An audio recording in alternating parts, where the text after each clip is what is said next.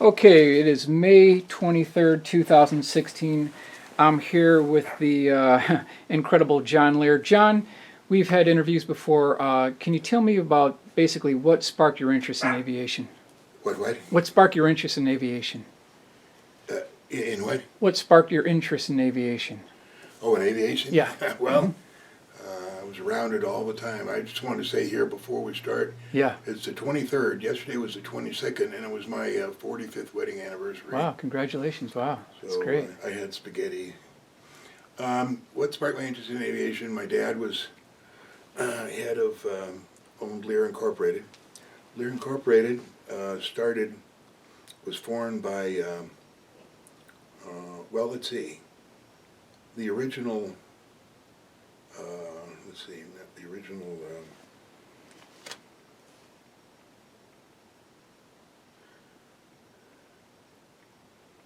there was an original company, I don't remember, it's so big I can't remember the name, but he and another guy formed it, the original company, and then they separated in 1930, and my dad formed his own company called Lear Incorporated.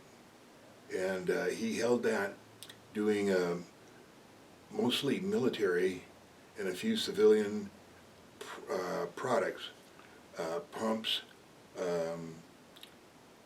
stuff like that. And in 1960, he sold his interest to Ziegler Corporation, and I became Lear Ziegler, a very large military manufacturer of parts. And so in 1955, when I was 13, he'd take me to the airport, and all these airplanes were around, and he had a Tri-Pacer and a Bonanza and an Aero Commander, and so I just got to use these whenever I wanted. And so I started working to get my license, and which I got in 1960, got my private license, and always wanted to be in aviation and a pilot, and either a charter pilot or anything to do with aviation. And my dad couldn't stand it. He wanted me to be an artist or something like that, something that didn't threaten him. And so that's where my interest started. And as I tried to get into aviation, he tried to move me into other things, you know, but I finally just stayed into aviation. I was, my first job was with Progressive Air Service in Hawthorne, California as a flight instructor. And then I went as a flight instructor with Beech Aircraft at Van Nuys Airport. And from then I went to the Flying Tiger Line, who became a distributor for Learjet. And I flew as co-pilot for Paul Kelly. Paul Kelly was head of Paul Kelly Flying Service, who was a subsidiary of the Flying Tiger Line. And they did stuff for the Flying Tigers, like take pilots here, take a tire there, you know, that kind of stuff. Mm-hmm. And then my boss, he couldn't fly very well, and one day he crashed in Palm Springs, killing himself and 7 other people. And that was the mother and father and the grandfather and grandmother of the, they were the largest holders of Flying Tiger stock, and killed them all, and they also killed Paul Kelly's, Bob Prescott's son. Bob Prescott was the owner of Flying Tigers, or major stockholder. And so then I became the head of that particular company, which became Airjet Charters, and I flew for them for another year and a half, and then moved over to, I flew for them. Then I did other various aviation jobs. Okay, good, John. John, how were you able to obtain every FAA certification that the FAA can issue? How were you able to do that? Just do it. Just did it.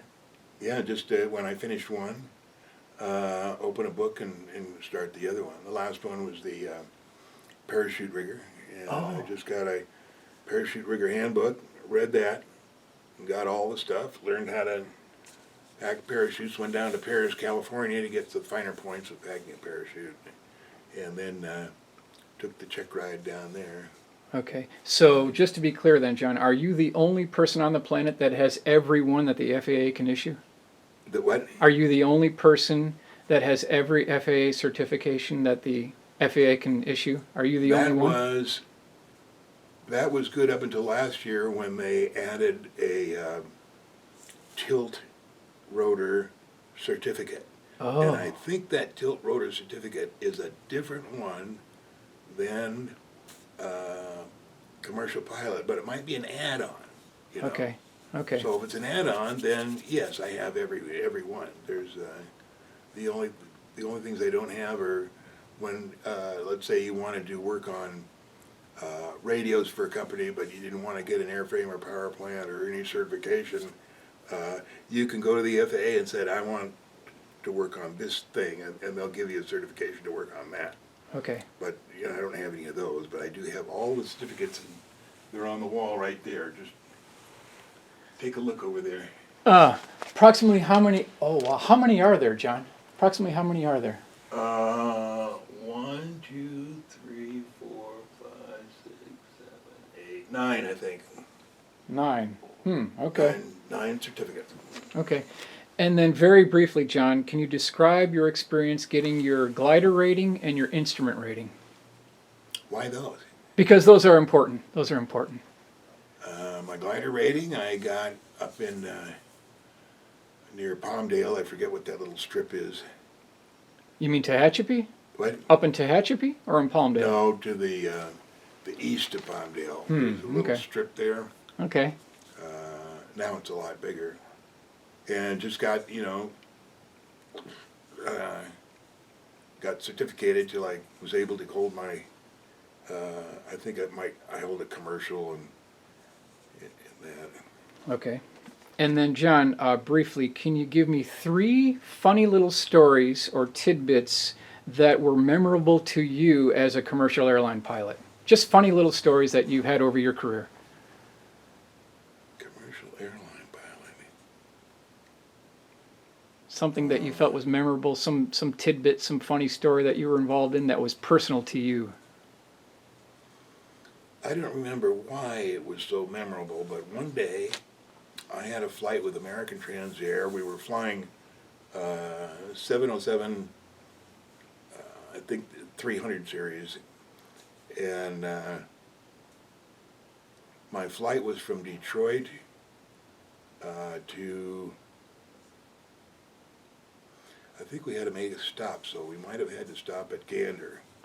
But anyway, it was at about 10 o'clock at night, and I taxied down, and I felt really good, and it was kind of exciting being in command of this 707 with all these people on board, and lining up on the runway. Okay. And feeling those 4 throttles there, and thinking, man, I'm going to Europe. And as I pushed the throttles up, I'm thinking, man, this is where it's at. I mean, this is flying, you know. Push those throttles forward, and airspeed, 80 knots, V1, you know. And that was one that I remember for sure. I don't know why it was so outstanding, or why I remembered that. Then the other one was an approach into Mogadishu. And in 1977, the U.S. was trying to get real estate on the Red Sea, and they were afraid that if the Straits of Hormuz was cut off, that Saudi Arabia would have to ship all the oil down to the Red Sea, and I forget the name of that little town. It used to be a little town, and then bring it out the Gulf of can't remember the Gulf, where the Red Sea comes down. You have Aden on the north and Somalia on the south, and the Russians had gone in and been very friendly to Somalia and given them a lot of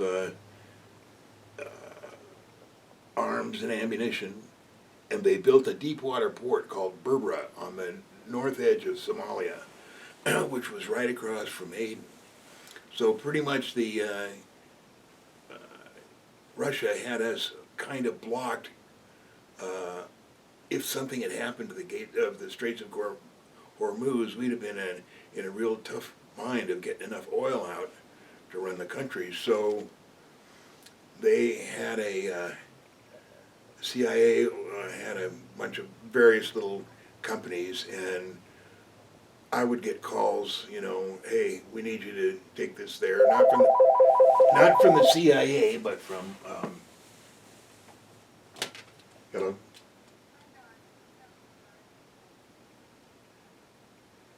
Oh, yeah. Yeah, I'm in the middle of an interview here. Can you call me about 5 o'clock? Okay, thank you.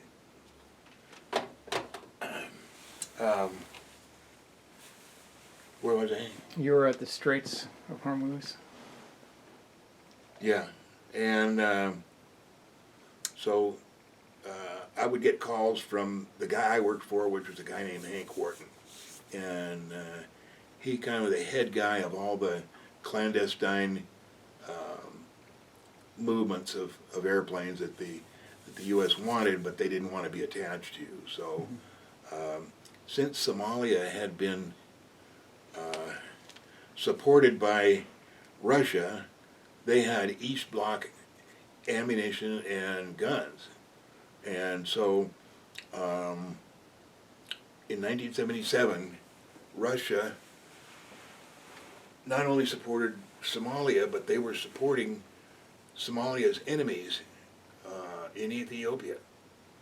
And so they kicked the Russians out. They said, if you're going to support Ethiopia, then you're not going to be here. So we saw it as a fantastic opportunity to not only get in good with Somalia, but to take over that deep water port called Berbera and have some real estate on the Red Sea. Mm-hmm. So the thing was, how do we get arms and ammunition? We can't possibly switch all the arms. It was just too big a deal, but we could get ammunition. Now, U.S. West Bloc ammunition won't fit into Russian guns, but Russian ammunition will fit into U.S. because they're 1 millimeter smaller. So a deal was made, much higher level than I was at, but a deal was made to get all of this ammunition out of Hungary, Budapest. So when they called me, they said, we need you to get to Frankfurt as soon as you can, and you'll probably be gone a month or so. So I said, okay, and got on an airplane, and they told me to go to Frankfurt and go to that hotel that was just joined with the airport, check in, and wait for a call. So I went to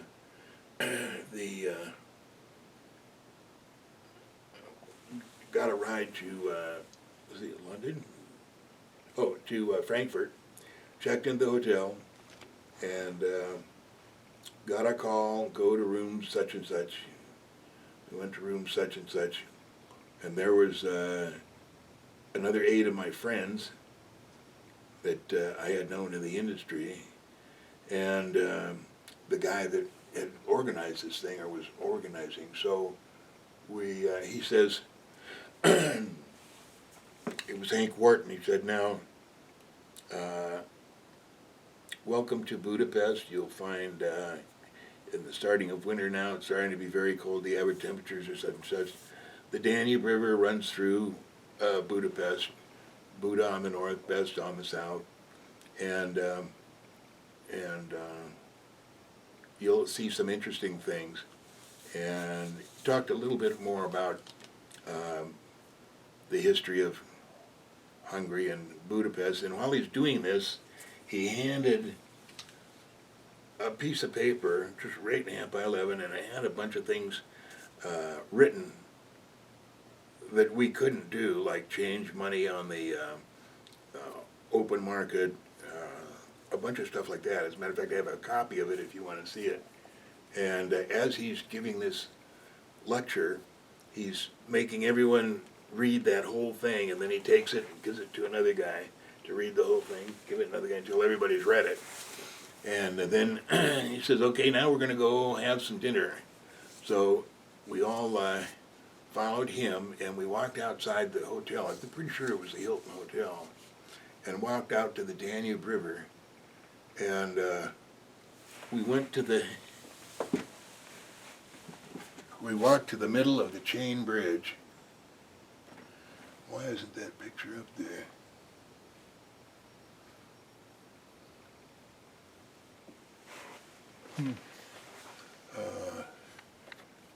Oh, there it is. That bottom picture there, it says Budapest. Okay. That's a picture of the chain bridge. Okay. And we went out to the middle of that, and he says, okay, here's the deal. He said, I don't want you to ever say the name of where we're going or what we're doing, but we're going to be taking ammunition to, arms and ammunition to Mogadishu, and da-da-da-da-da. And he said, nobody can hear us because we're in the middle of the bridge now, and this is the best time to tell you this stuff. Don't mention it again. So we finished there and went in, had some dinner, and the next night was going to be the first flight for us.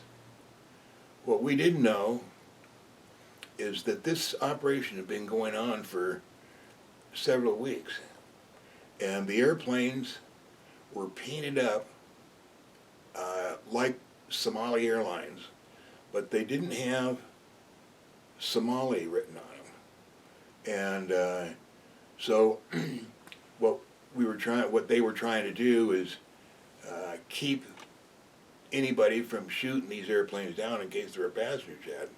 But in one case, they actually forced one of the fake airplanes into Aden, and no, it wasn't a fake airplane. It was a passenger, Somali passenger airplane, and it scared the pilots so much that they all quit en masse, because they know that if it had been a real airplane, they would all been shot. So anyway, that's when the new crews came in. That's when we came in, but nobody ever told us that story. Okay. So in the morning, we 3 o'clock in the morning, we got up, and there was 3 707s, and I took the lead airplane, and friends of mine were in the other airplane, and we all rode out to the airport together, and everything was in order out there. The planes were all lined up, they were all loaded, the security was there, handling everything. There weren't a lot of people rushing around. It was all organized, and I signed the manifest and got in the airplane. And also, it's about 00. It may have been a quarter mile, but it was actually less because you couldn't see very far. Mm-hmm. And so, everybody thought we were going to wait, but since I was first in line, I was going out, and they could follow me. And so went out the end of the runway, did the run-up, and took off, headed for the first fueling point was going to be Jeddah. And Jeddah in Saudi Arabia, because Saudi Arabia was financing all of this, because they didn't want the Russians into control that much of the Red Sea, which controlled their oil.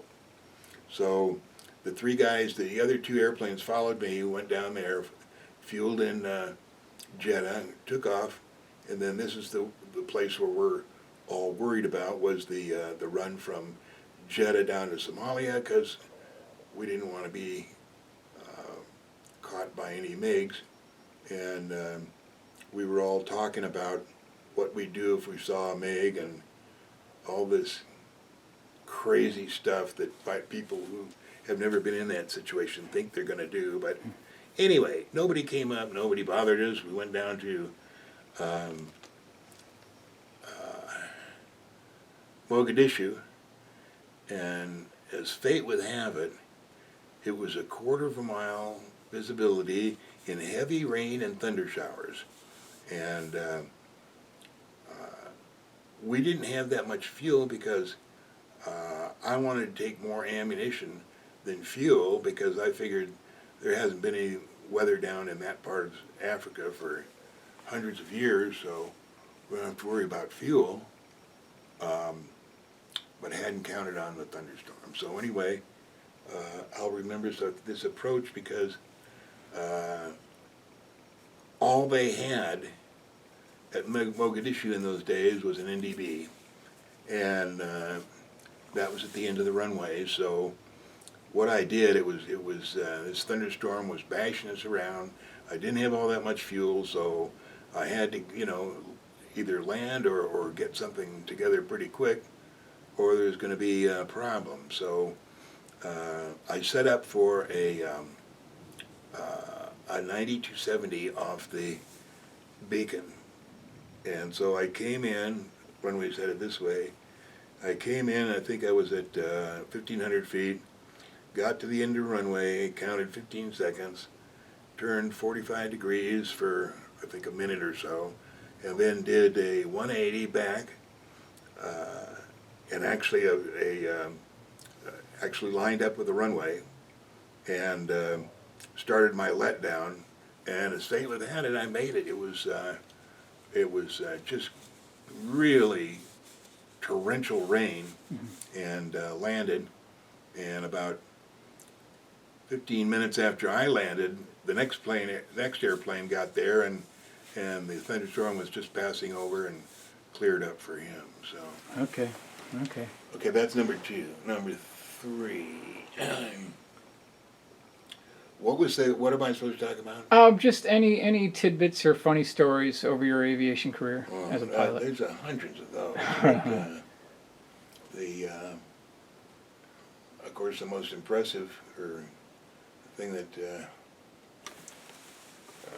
should be brought up, is the accident. I was rated as a Swiss aerobatic pilot, and over there you have to get a permit to do aerobatics, and you can't do aerobatics anywhere except over the field, and you can only do it when the airlines aren't landing or taking off. So I got that rating, and then one day was I flew up to Bern, which is the capital of Switzerland, and I went up because I wanted to go into the FAA office and find out what I needed to get my Swiss license, because I was going to go to work for somebody else. Well, anyway, I got up there and saw the FAA got that stuff organized, then came back, and on my way back I flew over the boarding school that I used to go to called La Rose, and I thought I'll do a little aerobatic show, and so I did I forget what I did, a loop and a roll and this or that, and the last thing was I planned to do a 3-turn spin, and so